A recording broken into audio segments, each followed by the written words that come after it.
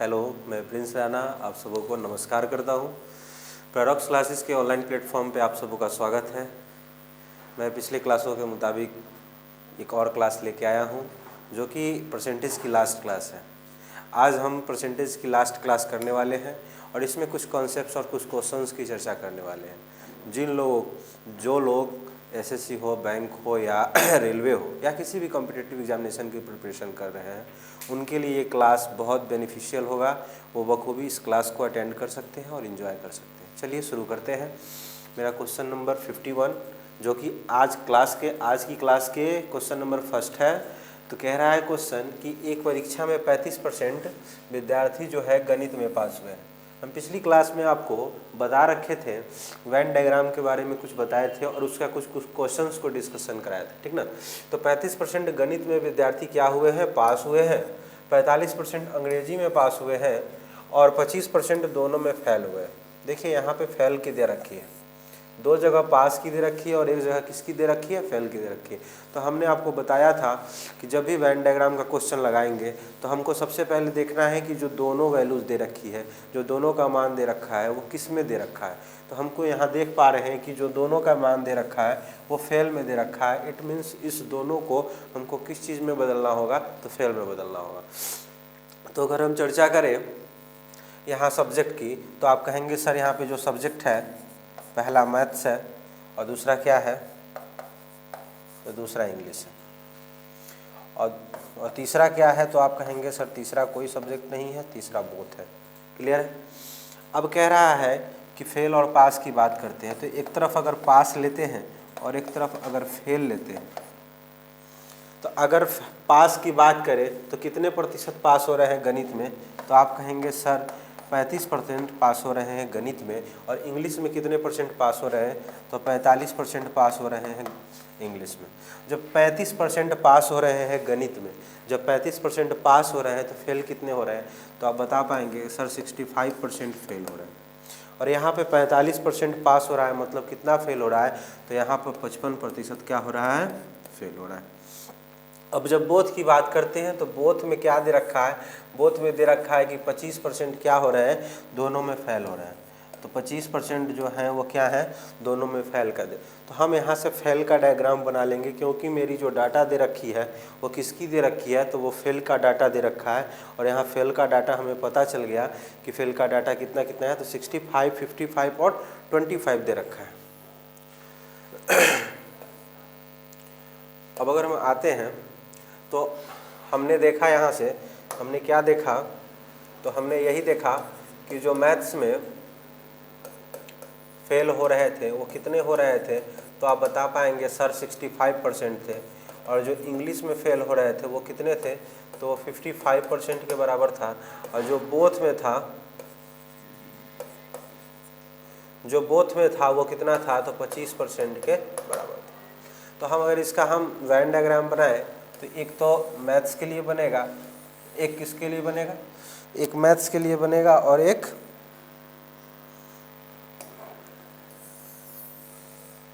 Maths के लिए बनेगा और एक इंग्लिश के लिए बनेगा। तो एक जब हम मैथ्स के लिए बनाते हैं तो ये मैथ्स वाला हो गया मेरा। अब इंग्लिश की बात करते हैं तो एक इंग्लिश के लिए बनाते हैं तो ये मेरा इंग्लिश वाला हो गया। कोई दिक्कत है, कोई दिक्कत नहीं है। ये मेरा किसका है, तो ये मेरा मैथ्स का वेन डायग्राम है और ये मेरा किसका है, तो आप कहेंगे सर ये मेरा इंग्लिश का डायग्राम है। कोई दिक्कत नहीं है। अब मैथ्स में फेल होने वाले कितने हैं, तो आप बता पाएंगे कि सर ये 65% है।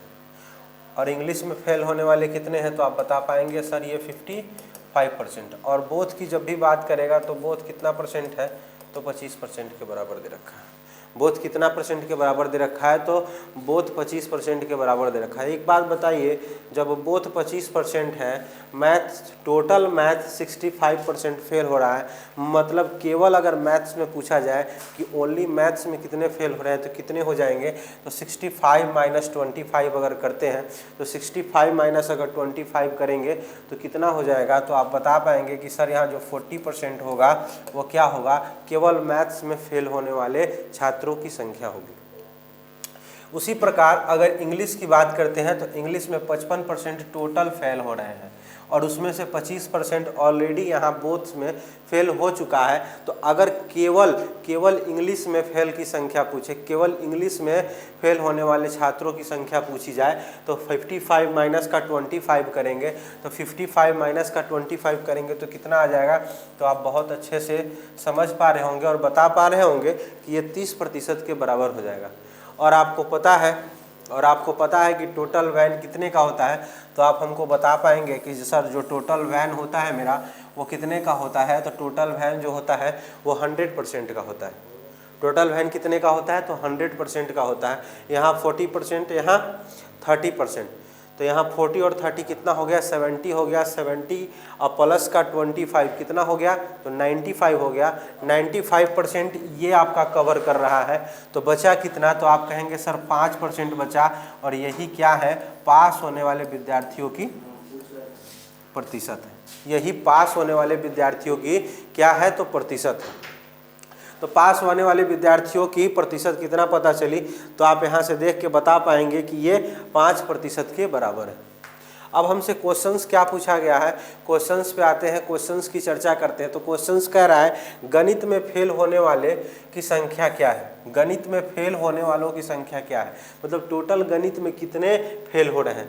केवल अंग्रेजी में पास होने वालों की संख्या क्या है, आराम से बता सकते हैं। दोनों विषयों में उत्तीर्ण होने वालों की प्रतिशत क्या है, गणित या अंग्रेजी में फेल होने वालों की संख्या क्या है। और पांचवा क्वेश्चन आपसे पूछा गया है गणित या अंग्रेजी में पास होने वालों की संख्या क्या है। अगला क्वेश्चन आपसे पूछा गया है कि गणित और अंग्रेजी में पास होने वालों की संख्या क्या है। और अगला क्वेश्चन है केवल गणित में फेल होने वालों की संख्या क्या है। ठीक है, तो आगे हमसे कह रहा है कि यदि इस कक्षा में 600 विद्यार्थी हैं, मतलब टोटल विद्यार्थियों की संख्या कितनी दे रखी है, तो आप बता पाइएगा कि सर यहाँ टोटल विद्यार्थियों की संख्या 600 के बराबर है। अगर टोटल विद्यार्थी मेरे 100% के बराबर है, अगर टोटल विद्यार्थी मेरा 100% के बराबर है और 100% की वैल्यू 600 के बराबर है, तो हम अगर आपसे पूछे कि यहाँ से 1% की वैल्यू क्या होगी, तो आप हमें बता पाएंगे सर 1% की जो वैल्यू होगी वो कितने के बराबर होगी, तो 1% की वैल्यू 6 के बराबर हो जाएगी। अब हमसे पहला क्वेश्चन जो पूछा गया है, पहला क्वेश्चन क्या पूछा गया है, गणित में फेल होने वालों की संख्या। तो अगर पहला क्वेश्चन की बात करें हम, अगर हम पहला क्वेश्चन की बात करें गणित में फेल होने वालों की संख्या, तो गणित में फेल कितने हो रहे हैं टोटल, तो आप कहेंगे कि सर 65% टोटल गणित में फेल हो रहे हैं। तो जब 1% की वैल्यू 6 है तो 65% की वैल्यू क्या हो जाएगी, तो आप बता पाएंगे तो 65 × 6 जो आएगा वैल्यू, वही मेरी क्या होगी, वैल्यू होगी। तो 6 से मल्टीप्लाई करेंगे तो 30 का बचेगा 3, 36 और 3 क्या हो जाएगा 39, मतलब 390 लोग ऐसे हैं जो गणित में क्या हो रहे हैं, फेल हो रहे हैं। चलिए अब दूसरे क्वेश्चंस पे आते हैं। दूसरा क्वेश्चन क्या पूछा गया है, तो दूसरा क्वेश्चन पूछा गया हमसे केवल अंग्रेजी में पास होने वालों की संख्या। केवल अंग्रेजी में पास होने वालों की संख्या क्या है। अच्छा बताइए, ये तो फेल होने वालों की संख्या है ना, ये मेरा क्या है, फेल होने वालों की संख्या है। अंग्रेजी में पास कितने हो रहे थे, तो आप कहेंगे सर अंग्रेजी में जो पास हो रहे थे, जो अंग्रेजी में पास हो रहे थे उसकी संख्या कितनी थी, तो अंग्रेजी में पास होने वालों की संख्या 55% थी। अंग्रेजी में पास होने वालों की संख्या 45% थी। जब 45% पास हो रहे थे तो आपसे पूछा गया है अंग्रेजी में पास होने वाले, तो जब 45% पास हो रहे थे तो गुना 6 कर देंगे, तो जो वैल्यू आएगी वही क्या आ जाएगी, मेरी इसकी वैल्यू आ जाएगी। तो इसको 6 से मल्टीप्लाई करेंगे तो बचेगा 3, और 6 चौका 24 और 3 कितना होता है, तो 27 होता है, मतलब 270 इसका आंसर आ जाएगा। अब क्वेश्चन नंबर 3 की बात करते हैं। क्वेश्चन नंबर 3 देखिए, यहाँ पे 3 क्वेश्चन सेम दे रखा है। कह रहा है दोनों विषयों में उत्तीर्ण होने वालों की संख्या, फिर कह रहा है गणित या अंग्रेजी में फेल होने वालों की संख्या, गणित या अंग्रेजी में पास होने वालों की संख्या। तो ये तीनों क्वेश्चंस जो हैं आपके एक ही तरह के क्वेश्चंस हो गए, एक ही क्वेश्चंस हो गए। तीनों नहीं, ये चारों क्वेश्चंस को कह ले तो ये चारों क्वेश्चंस एक ही हो गए। ये टाइपिंग एरर है, टाइपिंग की वजह से गड़बड़ हुआ है, ठीक ना। आप आगे पूछ रहा है केवल गणित में फेल होने वालों की संख्या। केवल गणित में क्या पूछा गया आपसे, आपसे केवल गणित में पूछा गया है, तो बताइए टोटल फेल कितने हो रहा है, तो आप बता पाएंगे 65% टोटल फेल हो रहा है, जिसमें से 25% क्या हो रहा है, दोनों में फेल हो रहा है। तो केवल गणित में कितने फेल हो रहे हैं, तो आप बहुत अच्छे ढंग से देख पा रहे होंगे कि केवल गणित में जो फेल हो रहे हैं वो 40% के बराबर है। वो कितने के बराबर है, तो 40% के बराबर है। तो 40 गुना क्या करना होगा, हमको 6 करना होगा, 6 चौका 24 होता है, मतलब 240 विद्यार्थी ऐसे हैं जो केवल गणित में क्या हुए हैं, केवल गणित में फेल हुए हैं। तो यही आपका आंसर रहा। आप बखूबी इस चीज़ को बहुत अच्छे ढंग से समझ पा रहे होंगे। अगर फिर भी कोई दिक्कत हो तो आप कमेंट सेक्शन में उस चीज़ को लिख के पिन कर दें, हम उस दिक्कत को और उस प्रॉब्लम को दूर करने की कोशिश करेंगे। चलिए हम अगले क्वेश्चंस पे आते हैं कि मेरा अगला क्वेश्चंस क्या कहता है। तो अगला क्वेश्चंस मेरा क्वेश्चन नंबर 52। क्वेश्चन नंबर 52 मेरा कहता है, क्वेश्चन नंबर 52 क्या है, तो एक परीक्षा में 20% विद्यार्थी गणित में उत्तीर्ण हुए हैं। परीक्षा में 20% विद्यार्थी क्या हुए, गणित में उत्तीर्ण हुए हैं। क्या हुए हैं, तो उत्तीर्ण हुए हैं। 30% विद्यार्थी केवल अंग्रेजी में पास हुए हैं, मतलब ये भी उत्तीर्ण ही हुआ है, तथा 10% विद्यार्थी दोनों में पास हुआ है। 10% विद्यार्थी क्या हुआ है, दोनों में पास हुए। मतलब यहाँ पे कुछ बदलने की ज़रूरत नहीं है, क्योंकि जो तीनों वैंस दिया हुआ है वो कैसा दिया हुआ है, तो तीनों यहाँ पे पास वाला दिया हुआ है। यहाँ पे फेल का कोई चर्चा नहीं किया गया है। तो हम सबसे फर्स्ट ऑफ ऑल क्या करेंगे, यहाँ वैन डायग्राम बनाएंगे। तो वैन डायग्राम बनाएंगे तो एक हमको किसका वैन बनाना पड़ेगा, तो एक हमको मैथ्स का बनाना पड़ेगा और दूसरा किसका बनाना पड़ेगा, तो दूसरा मेरा किसका है, दूसरा मेरा अंग्रेजी है, तो अंग्रेजी का बनाना पड़ेगा। कोई दिक्कत है यहाँ तक, कोई दिक्कत नहीं है। तो ये मेरा मैथ्स वाला हो गया और ये मेरा अंग्रेजी वाला हो गया, कोई दिक्कत नहीं, सॉरी उल्टा हो गया।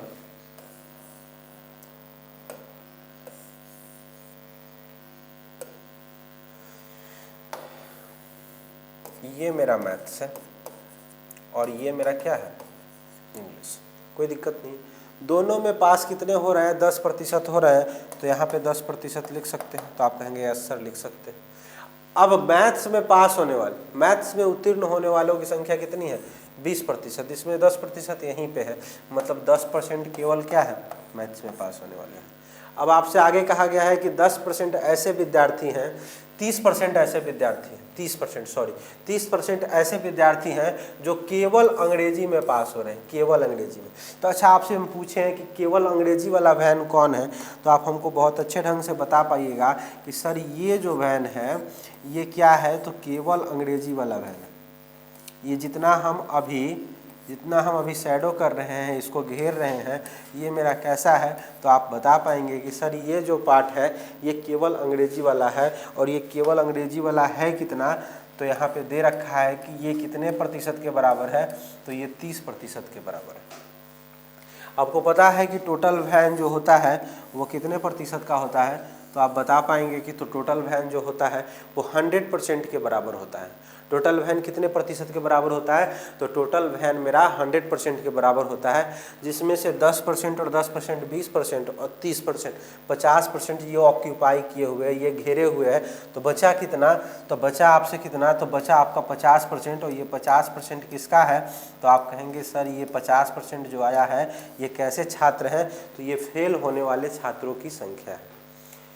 तो आपसे पूछा गया है कि विद्यार्थी दोनों पास हुए, तो कितने प्रतिशत विद्यार्थी दोनों में पास हुए, 10% विद्यार्थी दोनों में पास हुए, तो कितने प्रतिशत विद्यार्थी दोनों में पास हुए।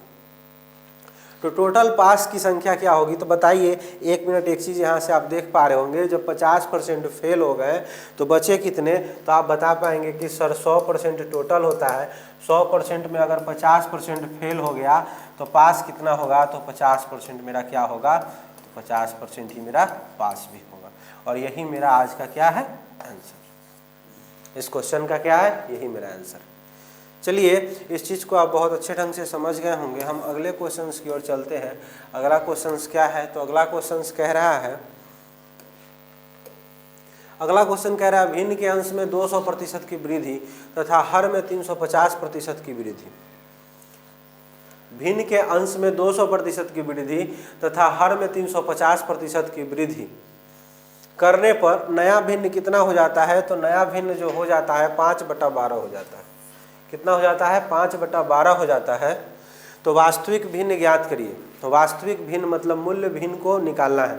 मूल्य भिन्न क्या होगा, मूल्य भिन्न के बारे में बताना है, ठीक ना। तो देखिए ये नया कॉन्सेप्ट है, पहले इस कॉन्सेप्ट को समझने की कोशिश करेंगे, फिर इसके क्वेश्चंस पे हम आएंगे, ठीक ना। कोई भी भिन्न होता है, कोई भी फ्रैक्शन होता है, उसका फॉर्म क्या होता है। तो कोई भी फ्रैक्शन अगर है तो किस फॉर्म में होता है, तो आप कहेंगे सर वो फॉर्म होता है a/b का, या कह ले तो x/y का, या कह ले k/p का, मतलब इसी तरह का फॉर्म होता है। ये मेरा क्या है, भिन्न है। तो भिन्न के ऊपर वाले भाग को क्या बोला जाता है, तो आप बता पाइएगा कि सर ये ऊपर वाला जो भाग है वो क्या है, तो वो मेरा अंश है, और नीचे वाला भाग है वो क्या है मेरा, तो वो मेरा हर है। इसी अंश को न्यूमरेटर बोला जाता है और हर को डिनोमिनेटर बोला जाता है। कोई दिक्कत है यहाँ तक, कोई दिक्कत नहीं। कह रहा है कि 200% की वृद्धि कर रहा है। आपसे अगर सिंपली कहा जाता है कि 10% की वृद्धि कर रहे हैं, इसका मतलब क्या होता है, 10% की वृद्धि करने का मतलब होता है कि किसी भी चीज़ को कितना बढ़ा रहे हैं हम, तो 110% बढ़ा रहे हैं। किसी भी चीज़ को क्या कर दे रहे हैं, तो 110%। किसी भी चीज़ में अगर 10% की वृद्धि कर रहे हैं, इसका मतलब यही है कि उस चीज़ को 110% कर रहे हैं। किसी भी चीज़ को अगर 50% बढ़ा रहे हैं, इसका मतलब है कि उस चीज़ को 150% कर दे रहे हैं। किसी भी चीज़ को 80% बढ़ा रहे हैं, इसका मतलब इसी से है कि उस चीज़ को कितना कर देते हैं, तो उस चीज़ को 180% कर देते हैं। तो उसी प्रकार यहाँ कह रहा है कि 200% की वृद्धि की जाती है, इसका मतलब क्या है कि उसके अंश को 300% कर दिया जाता है। तो एक बात बताइए, कोई भिन्न अपने आप में x/y है, कोई भिन्न अपने आप में x/y है, अगर उसको 300% करना है तो उसको क्या करना होगा, तो आप बहुत अच्छे ढंग से बता पा रहे होंगे कि उसको 300% से गुना करना होगा। और हर में 350% की वृद्धि, इसका मतलब उसको क्या करना होगा, तो उसको 450% से मल्टीप्लाई करना होगा। और जब हम मल्टीप्लाई करते हैं तो मेरा जो भिन्न मिल के बन के आता है, वो बन के कितना आता है, तो आप बता पाएंगे सर वो भिन्न 5/12 के बराबर आता है। एक बात बताइए, यहाँ से अगर हम कैंसिल करें तो इस प्रतिशत से इस प्रतिशत को कैंसिल कर सकते हैं, इस 20 से इस 10 से इस 10 का कैंसिल कर सकते हैं। अगर 15 से कैंसिल करना चाहे तो 15 से 2 बार में, और 15 से इसको 3 बार में कैंसिल कर सकते हैं। चलिए अगर इस 3 से इसको कैंसिल करना चाहे तो इसको 4 बार में कैंसिल कर सकते हैं। अगर हमसे यहाँ से पूछा जाए कि x/y की वैल्यू क्या होगी, तो यहाँ से आप देख पा रहे होंगे कि x/y की वैल्यू क्या होगी। देखिए यहाँ पे ये मल्टीप्लाई में है, तो यहाँ आएगा तो यह क्या हो जाएगा, डिवाइड में होगा, मतलब जो मेरा भिन्न बन के आएगा वो कितना आएगा, तो आप बता पाएंगे सर वो जो भिन्न आएगा वो 5/8 आएगा। जब हम भिन्न के अंश में 200% और हर में 350% की वृद्धि करेंगे, तो जो भिन्न बन के आएगा वो कितना आएगा, जो भिन्न बन के आ रहा था वो कितना आ रहा था, तो 5/12 आ रहा था। इसका मतलब जो मूल्य भिन्न था, जो ओरिजिनल भिन्न था, जो ओरिजिनल फ्रैक्शन था, वो कितना था मेरा, तो वो 5/8 के बराबर था।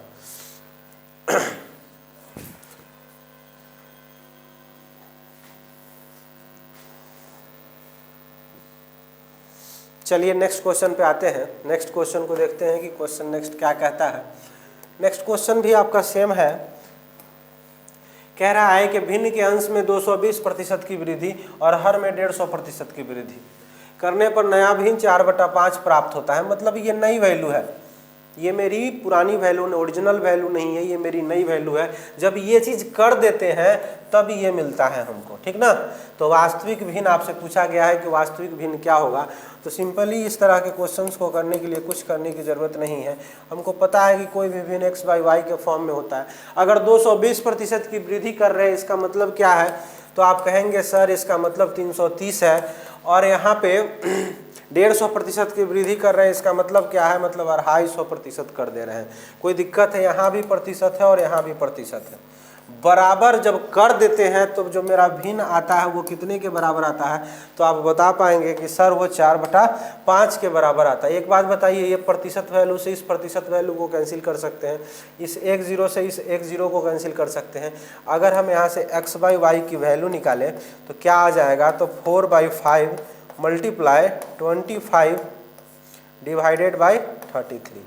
अगर 5 से कैंसिल करें तो 5 टाइम में कैंसिल होगा, मतलब जो मेरा भिन्न मूल्य भिन्न था वो कितना था, तो 20/33 था। यही मेरा क्या था, यही मेरा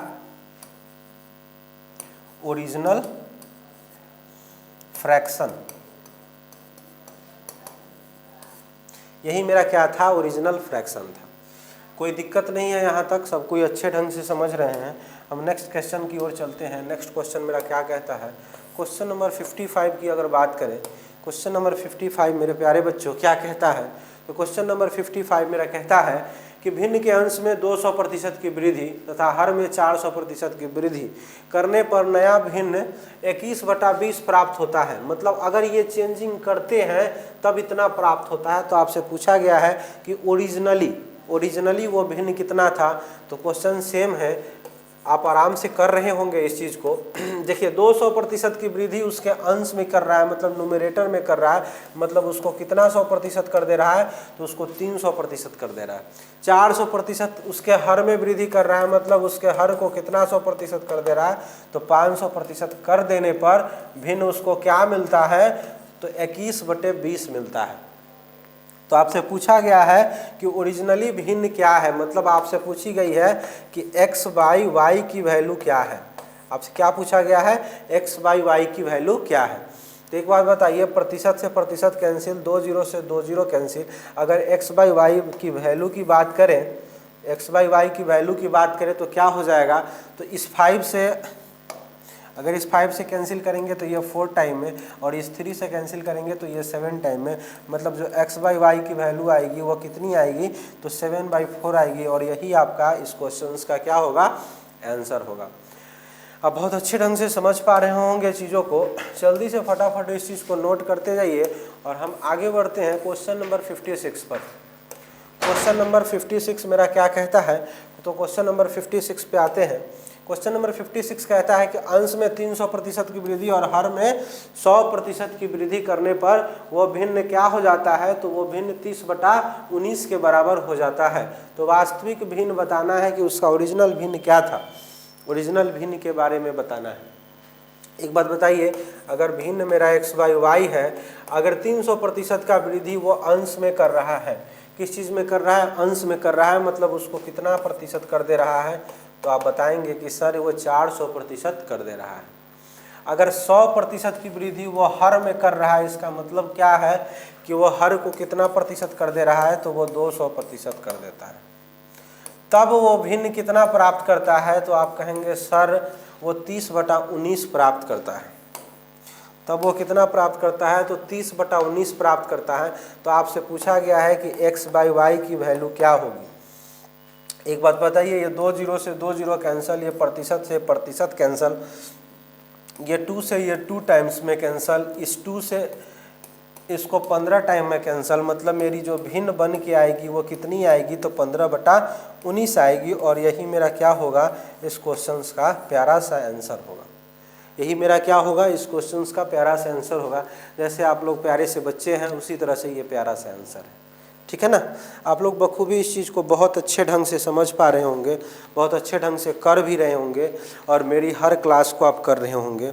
अगर आपको ये क्लास समझ में नहीं आ रही है तो पहले आपका यही कर्तव्य बनता है कि मेरी जो भी प्रीवियस क्लास हो चुकी है उस क्लास को जाके देखें, और उसको आप सीरियल वाइज देखें। डे 1 देखें, फिर डे 2 देखें, फिर डे 3 देखें, फिर डे 4, ऐसे करते हुए डे 7 तक क्लास डल चुकी है, उस क्लास को कंप्लीट करें। फिर क्लास करेंगे तब आपको बखूबी बहुत अच्छे ढंग से समझ में आएगा, क्योंकि बेसिक्स हम बहुत अच्छे ढंग से करा रखे हैं, जिसका आप फ़ायदा उठा सकते हैं, ठीक ना, जिसका आप लाभ उठा सकते हैं और अपने एग्जामिनेशन में अच्छा कर सकते हैं। चलिए अगर नेक्स्ट क्वेश्चन की बात करें तो नेक्स्ट क्वेश्चन मेरा क्या है नेक्स्ट क्वेश्चन मेरा कॉन्सेप्ट ही अलग है। नेक्स्ट क्वेश्चन मेरा इनकम एक्सपेंडिचर पे आधारित है। क्या कैसा क्वेश्चन है? तो इनकम और एक्सपेंडिचर पे आधारित है। तो इनकम और एक्सपेंडिचर पे आधारित प्रश्न को कैसे किया जाता है, उस क्वेश्चन को कैसे हम करते हैं, उस क्वेश्चन की चर्चा करेंगे, ठीक ना। कह रहा है कि एक व्यक्ति अपनी आय का 60% क्या करता है, खर्च करता है। यदि उसकी आय 15%, आय में अगर 15% की वृद्धि हो जाए और खर्च 15% में वृद्धि हो जाए और खर्च में भी 15%, तो उसकी बचत में कितने प्रतिशत का परिवर्तन आएगा? तो उसकी बचत में कितने प्रतिशत का परिवर्तन आएगा, यही आपसे पूछा गया है। एक बात बताइए, अगर हम आपसे पूछें, अगर हम आपसे पूछना चाहें, अगर हमको इनकम का मतलब होता है आय से, अगर इनकम निकालना है तो इनकम किसके बराबर होता है? तो आप कहेंगे कि सर ये मेरा एक्सपेंडिचर और प्लस सेविंग के बराबर होता है। एक्सपेंडिचर का मतलब होता है व्यय और सेविंग का मतलब होता है बचत से। हमने आपको एक फॉर्म बताया था कि C बराबर क्या होता है, तो A प्लस B होता है। क्या इसी फॉर्म पे ये है या नहीं है? तो आप कहेंगे सर एकदम है, यहाँ कोई दिक्कत नहीं है। अब एक बात बताइए, अगर इसी चीज़ को हम उल्टा लिखते हैं थोड़ा, अगर इसी चीज़ को हम थोड़ा सा उल्टा लिखने की कोशिश करते हैं तो क्या आपको कोई दिक्कत है? हमें बताइएगा। अगर कोई दिक्कत होगी तो आप हमें बहुत अच्छे ढंग से बता पाएंगे, हमें बताइएगा। बताइए, अगर A प्लस B करते हैं तो मेरी कोई राशि C आती है, क्या हम इसको ऐसे लिख सकते हैं? तो आप कहेंगे हाँ लिख सकते हैं। हमें एक्सपेंडिचर प्लस सेविंग कर रहे हैं तो मेरा जो आ रहा है वो क्या आ रहा है, इनकम आ रहा है। हम बताए थे कि अगर हम A को 100 मान लेते हैं और B को कुछ भी मान लें, हम 300 ही मान लेते हैं, तो मेरा जो C बन के आएगा, तो आप लोग बता पाएंगे कि सर जो मेरा C बन के आएगा वो कितना आएगा? तो आप कहेंगे सर जो मेरा C बन के आएगा वो मेरा 400 के बराबर आएगा। कोई दिक्कत नहीं, वो 400 के बराबर आएगा। एक बात बताइए, अगर हम आपसे कहें कि इसका 10%, मतलब इस 100 का 10%, फिर इस 300 का 10% और फिर इस 400 का 10%, देख पा रहे होंगे आप लोग अच्छे से, आप लोग अच्छे से दिख रहा होगा। मतलब अगर इसके 10% की बात करें तो आप कहेंगे सर 100 का 10% 10 होता है, 300 का 10% 30 होता है, और दोनों को जोड़ते हैं तो वो 40 आता है, जो कि 400 के 10% के बराबर है। तो यहाँ से एक कंक्लूजन निकल के आता है कि A का 10%, B का 10% टोटल के 10% के बराबर होगा। तो अगर इस कॉन्सेप्ट को, ये जो मेरा डब्बा वाला कॉन्सेप्ट है, अगर इस कॉन्सेप्ट का यूज हम यहाँ करें, आपसे कहें कि अगर एक्सपेंडिचर में 10% का चेंज करेंगे और सेविंग में 10% का चेंज करेंगे तो मेरा इनकम में भी कितने प्रतिशत का चेंज होगा? तो वो चेंज 10% के ही बराबर होगा, क्योंकि हम A में भी 10% का चेंज कर रहे हैं और B में भी 10% का चेंज कर रहे हैं, तो जो टोटल वैल्यू है उसमें भी 10% का ही चेंज होगा। चलिए, क्लियर है यहाँ तक। अब इसी कॉन्सेप्ट का यूज करके हम क्वेश्चंस को लगाएंगे।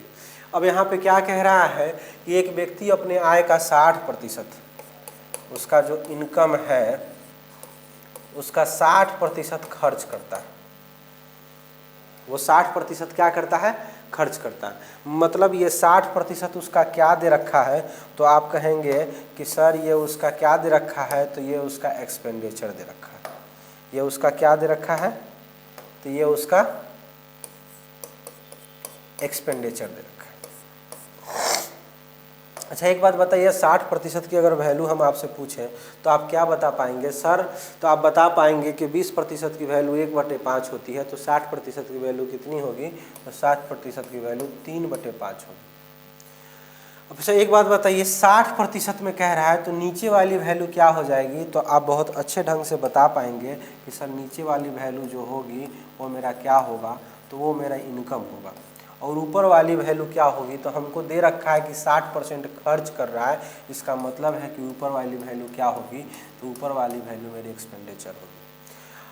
अब अगर हम बात करें सेविंग की, तो जो इनकम और एक्सपेंडिचर का डिफरेंस होगा, जो इनकम और एक्सपेंडिचर का डिफरेंस होगा वही मेरी क्या होगी? तो वही मेरी सेविंग होगी। और सेविंग कितने के बराबर आ जाएगा, तो जब इनकम 5 यूनिट करता है और 3 यूनिट खर्च कर देता है, मतलब सेविंग वो कितना करता है, तो सेविंग वो 2 यूनिट्स के बराबर करता है। इस चीज़ को हम ऐसे भी लिख सकते हैं, हम इस चीज़ को ऐसे भी लिख सकते हैं कि वो 5 यूनिट कमाता है, 3 यूनिट खर्च करता है और 2 यूनिट बचाता है। इस चीज़ को हम ऐसे भी लिख सकते हैं, आप सब लोगों को कोई दिक्कत नहीं होनी चाहिए।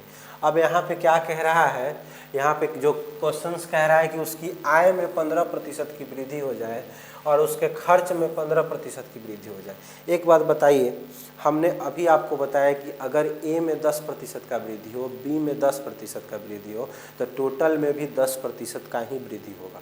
क्लियर है? तो उसी तरह से हम यहाँ कहेंगे एक्सपेंडिचर में अगर 10% का वृद्धि हो, सेविंग में अगर 10% का वृद्धि हो, तो उसके इनकम में भी 10% का ही वृद्धि होगा। कोई दिक्कत है? कोई दिक्कत नहीं है सर। तो यहाँ पे कह रहा है कि उसके इनकम में कितने प्रतिशत की वृद्धि, तो उसके इनकम में 15% की वृद्धि कह रहा है। पहले तो हम इस क्वेश्चन को बेसिक से करेंगे और बेसिक्स के करने के बाद हम आपको इस क्वेश्चन को जल्दी कैसे किया जाएगा, बिना बनाए कैसे इस क्वेश्चन को किया जाएगा, उसकी हम चर्चा करेंगे। तो एक बात बताइए, इस चीज़ को आप लोग बहुत अच्छे ढंग से समझ पा रहे होंगे कि जो मेरी इनकम है,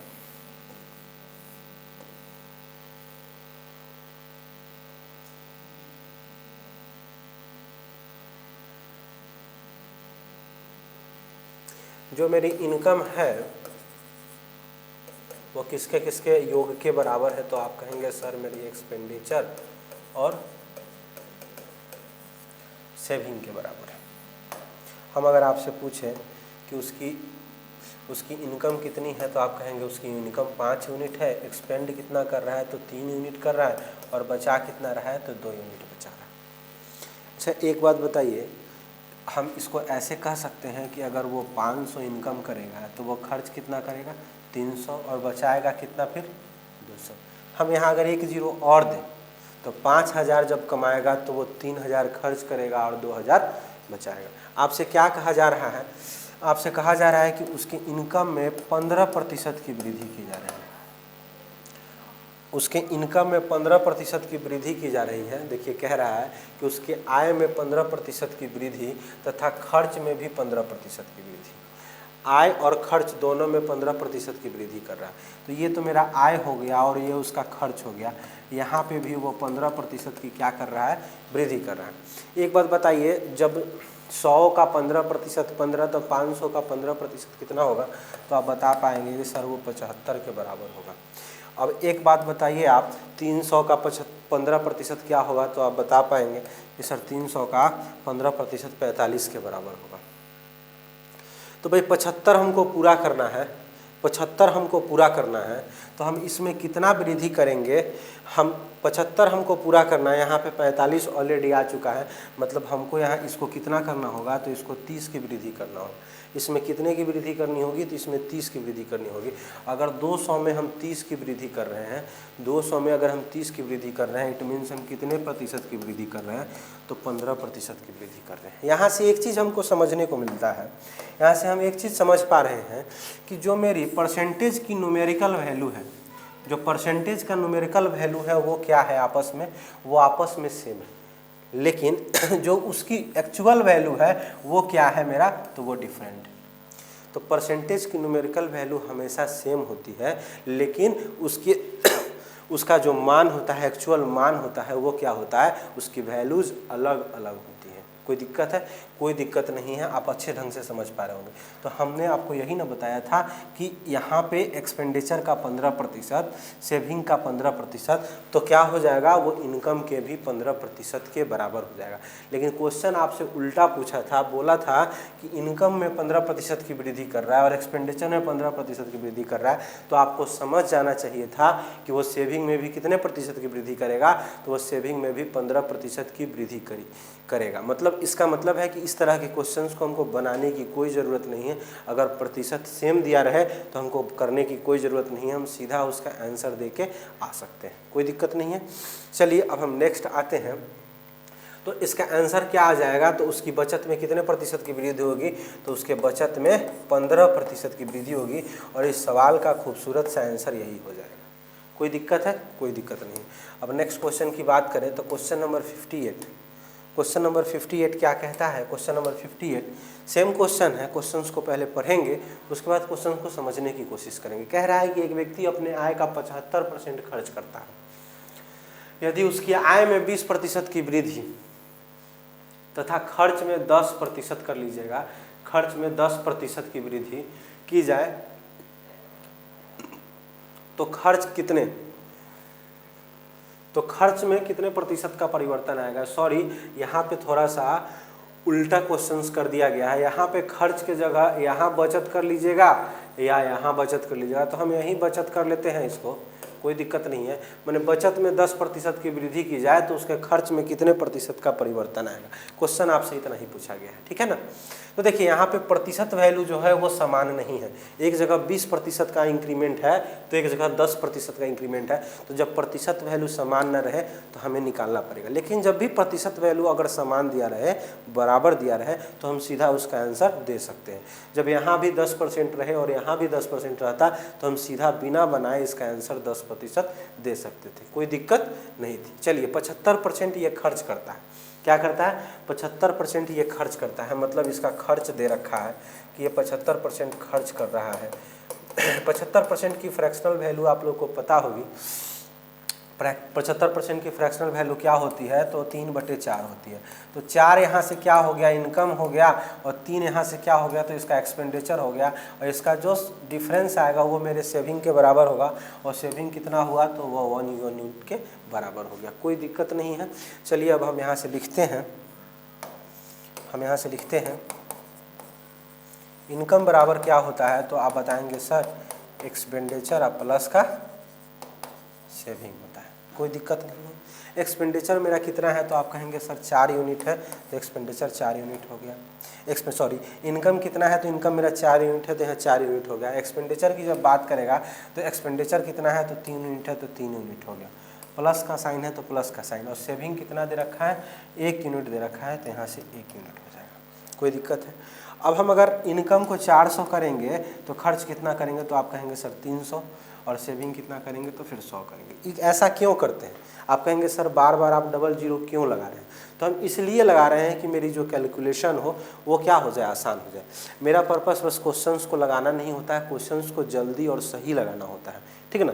जब हम क्वेश्चंस को जल्दी और सही लगाएंगे तभी हम एग्जामिनेशन को क्वालिफाई कर पाएंगे, क्योंकि जो भी आपकी कॉम्पिटिटिव एग्जामिनेशन होते हैं वो क्या होते हैं, ऑब्जेक्टिव बेस्ड क्वेश्चंस एग्जामिनेशन होते हैं, और उसमें बहुत ही कम समय आपको दिया जाता है क्वेश्चंस को सॉल्व करने के लिए। इस वजह से हम यहाँ पे डबल जीरो लगा देते हैं कि जब भी हम किसी भी कैलकुलेशन को 100 पे करेंगे तो वो कैलकुलेशन मेरे लिए क्या होगा, आसान होगा, वो कैलकुलेशन हमें पता होगा। लेकिन अगर 4, 3 और 1 पे कैलकुलेशन करेंगे तो वो मेरे लिए क्या हो जाएगा वो मेरे लिए डिफ़िकल्ट हो जाएगा, ठीक है ना। हम समझते हैं क्या कह रहा है कि आय में 20% की वृद्धि। एक बात बताइए, अगर आय में वो 20% की वृद्धि करेगा तो 100 में 20 की वृद्धि, तो 4 में कितना की वृद्धि, तो आप कहेंगे सर वो 80 की वृद्धि करेगा। वो कितने की वृद्धि करेगा, 80 की वृद्धि करेगा। और कह रहा है कि वो अपने बचत में 10% की वृद्धि कर रहा है। बचत में क्या कर रहा है, तो 10% की वृद्धि कर रहा है। तो 100 का 10% कितना होता है, तो 10 के बराबर होता है। एक बात बताइए, 80 को पूरा करना है, यहाँ पे 10 हो चुका है, मतलब यहाँ पे कितना आना चाहिए, तो आप हमको बता पाएंगे कि सर यहाँ पे जो आना चाहिए वैल्यू वो कितने के बराबर आना चाहिए, तो 70 के बराबर आना चाहिए। देखिए थोड़ा सा क्वेश्चंस में फेरबदल होगा। हम बोले थे ना कि यहाँ बचत होगा या यहाँ बचत होगा, ये जो बचत होगा वो कहाँ होगा, तो यहाँ पे आपका ये बचत आएगा, मतलब बचत ही निकालना था हमको। और यहाँ पे जो दे रखा था, ये क्या दे रखा था, तो ये खर्च में परिवर्तन दे रखा था, ठीक ना। तो थोड़ा सा क्वेश्चंस को चेंज करेंगे, तो यहाँ पे हम सेविंग कर देंगे। यहाँ पे जहाँ एक्सपेंडिचर था वहाँ पे हम सेविंग कर देंगे, और जहाँ सेविंग था वहाँ पे हम क्या कर देंगे, जहाँ सेविंग था मेरा वहाँ पे क्या कर देंगे, वहाँ पे एक्सपेंडिचर कर देंगे, कोई दिक्कत नहीं है। इसको हम एक्सपेंडिचर कर देंगे। चलिए क्वेश्चन एज इट रह गया, कोई दिक्कत नहीं है, हमको ज़्यादा कुछ बदलने की ज़रूरत नहीं पड़ी। यहाँ पे हम सेविंग करेंगे, ये मेरा सेविंग हो गया, और मेरा ये क्या हो गया, तो ये मेरा जो हो गया ये एक्सपेंडिचर हो गया। चलिए क्वेश्चन बदल चुका है, क्वेश्चन मेरा बदल चुका है, जो भी था बदल चुका है। अब देखिए, अब यहाँ पे 10% का चेंज कर रहा है,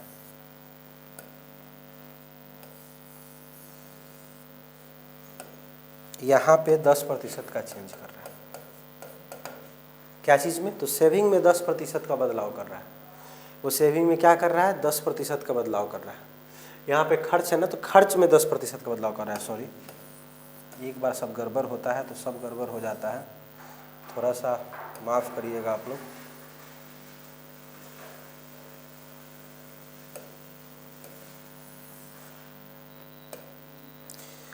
चलिए, वो खर्च में 10% का बदलाव कर रहा है, तो 100 में 10% का बदलाव करेगा मतलब कितने का बदलाव करेगा? तो आप कहेंगे सर 10 का बदलाव करेगा। अब एक बात बताइए, यहाँ पे हमको चाहिए कितना? तो आप कहेंगे सर यहाँ पे जो वैल्यू चाहिए वो कितने के बराबर चाहिए? तो यहाँ पे जो भी वैल्यू चाहिए हमको वो कितने के बराबर चाहिए? 70 यूनिट के बराबर चाहिए, क्योंकि यहाँ पे 80 बनाना है। तो 80 तभी बन पाएगा जब हम 70 10 में ऐड करेंगे। तो ये 70 300 का कितना प्रतिशत है, इस चीज़ को हम निकालेंगे। हमसे पूछा गया है कि उसके सेविंग में कितने प्रतिशत की, उसके बचत में कितने प्रतिशत का परिवर्तन आएगा? तो 70 का परिवर्तन आएगा। कितने का परिवर्तन आएगा? 70 का परिवर्तन आएगा। और कितने पे आएगा? तो 300 पर आएगा। और गुना 100, 2 जीरो से 2 जीरो कैंसिल हो जाएगा, मतलब 70/3। अगर हम इसको और कैंसिल करें तो और क्या हो जाएगा? 3 दूना 6, बचेगा 10, 3 तिहाई 9, 1/3%। मतलब 23 सही 1/3% का बदलाव वो किस चीज़ में करेगा? तो 23 सही 1/3% का बदलाव वो अपने सेविंग में करेगा। और यही इस क्वेश्चन का आंसर होगा। ठीक है ना? तो फटाफट इस चीज़ को नोट कर ले, फिर हम लोग आगे बढ़ेंगे।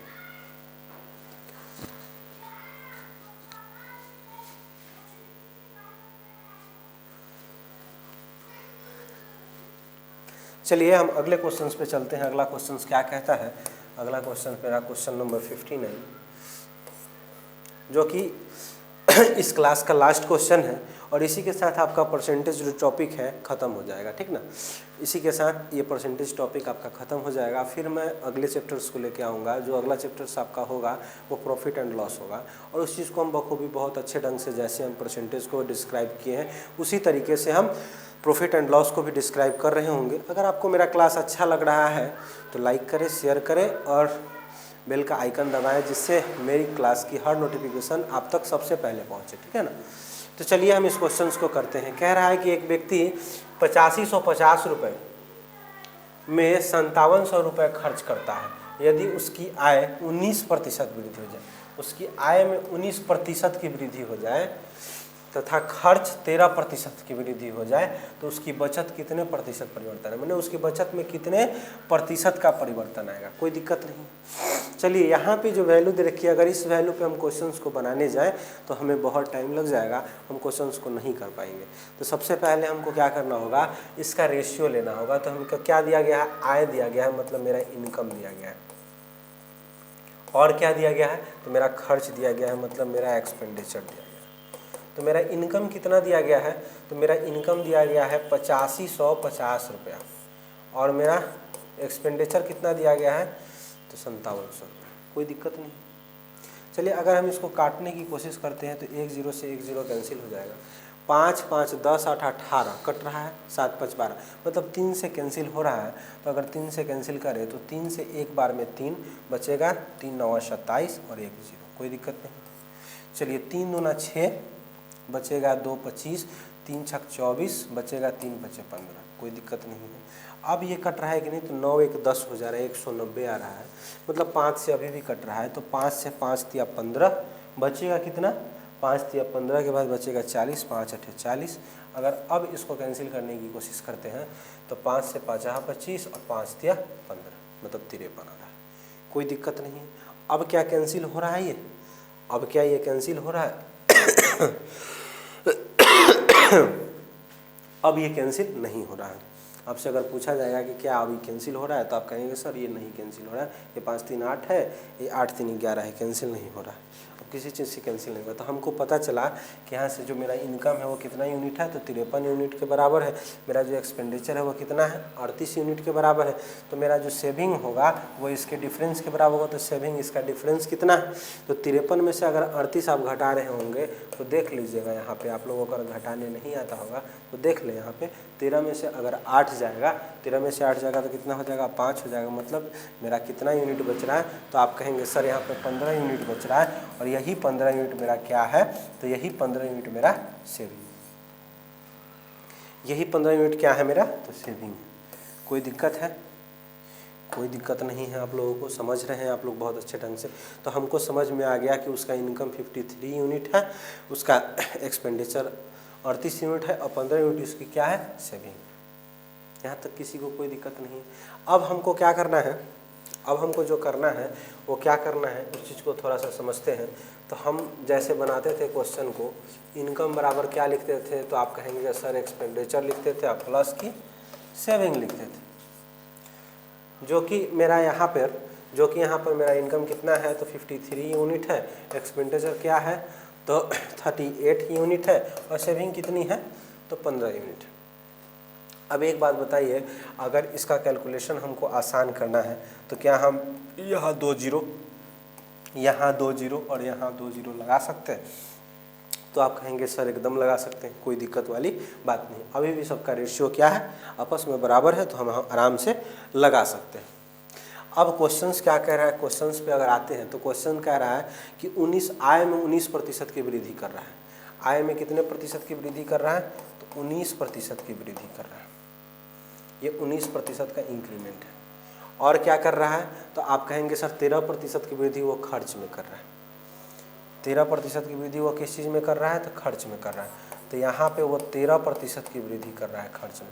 तो आपसे पूछा गया है कि उसका बचत जो होगा वो कितने प्रतिशत से बढ़ेगा, यही आपसे पूछा गया। तो एक बात बताइए, 5300 का 19% कितना होगा, तो आप बहुत आराम से निकाल पाएंगे। 5300 का 19% निकालने के लिए कुछ करने की ज़रूरत नहीं है, सीधे 53 में 19 से गुना कर देना है। अगर हम 53 में 19 से मल्टीप्लाई करते हैं तो क्या हो जाएगा, तो आप यहाँ से देखेंगे कि क्या हो जाएगा,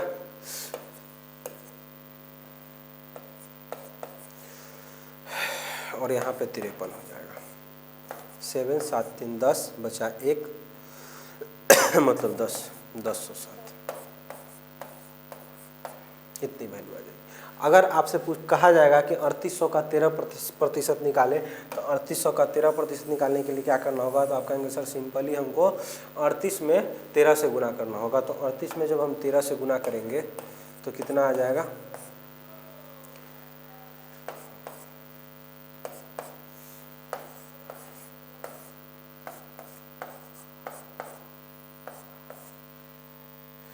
$494। ठीक है, 494 आ गया। अब बताइए 1007 वैल्यू यहाँ आई, 494 आया है, तो बचा कितना यहाँ पे, तो आप कहेंगे सर यहाँ पे जो बचा 1007 माइनस 494,